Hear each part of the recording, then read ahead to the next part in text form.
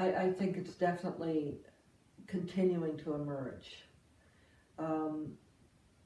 It's changed shape, which movements do, and which the feminine does. And the divine feminine is a shape-shifting element of our world. But you can see how more and more, and the Me Too movement, I think, is a very good example of that. That, it is the end of patriarchy. It's going to be a long ending, but it's getting there. And I have a funny story around that. I don't know if it's pertinent, but it is. Let me just share it, and you can cut it out later if you want to. But so here we are. We're doing a conference at Grace Cathedral with CIIS, the California Institute for Integral Studies. And I think it was even before the Labyrinth, days of the Labyrinth. I'm quite sure of that. I'm not sure. But here we are. We have Zhu Lakey. I don't know if you know Zhu Lakey, but she's a exotic dancer, and she's costumed, and she has big bells on her feet, not many chimes, big strips of these chimes, dancing down the center of Grace Cathedral, and in this concert, in this whole conference going on, and leaps like a bird up on the altar rails, and she's dancing along. And the dean is there with a very dear friend, the president of CIIS, Robert McDermott. He's a good friend of mine, and he elbows Alan. He says, "Alan, it's all over." and I was sitting there, I roared. I was really roared.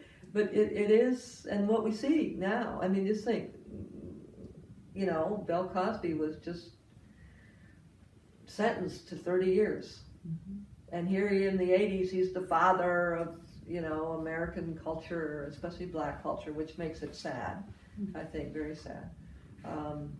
But, it's all changing. And the Labyrinth is bringing that in a way that it's not affrontive to people. I often made the joke about, you can bring the feminine into the church, just don't say it.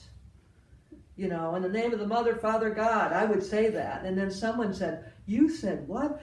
Didn't you say Mother, God?" "No, I didn't. I said Mother, Father, God."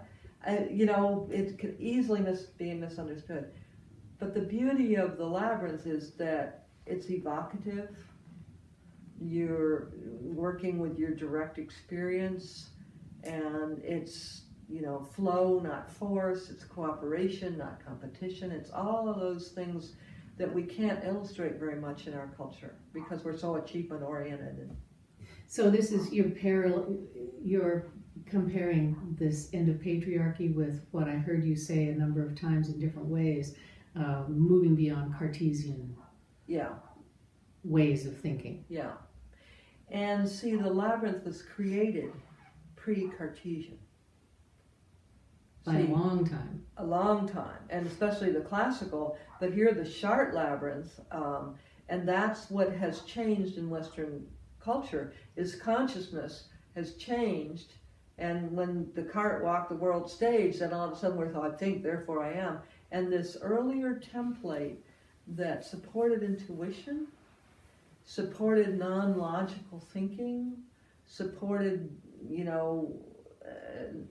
just a whole other world got lost.